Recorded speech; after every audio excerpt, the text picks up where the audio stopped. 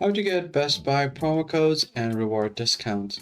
What's up everyone, in today's video I'll show you how you can easily get Best Buy promo codes and rewards. So the first thing you're going to have to do is make sure to log into your account, and then from here all you have to do is search for something called Best Buy coupons. Just go ahead and search for Best Buy coupons and hit enter. Now you'll find different sites like Groupons, as well as if you scroll down, you'll find Coupon Follow.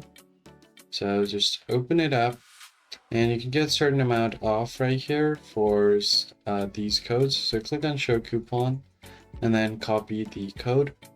Now click on Redeem at Best Buy and you'll be taken directly to the Best Buy's official website.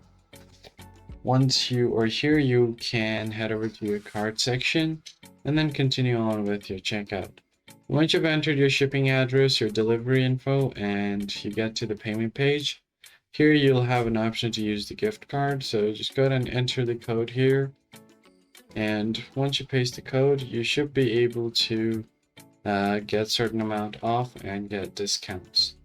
So that's pretty much it, guys. I hope this tutorial was helpful.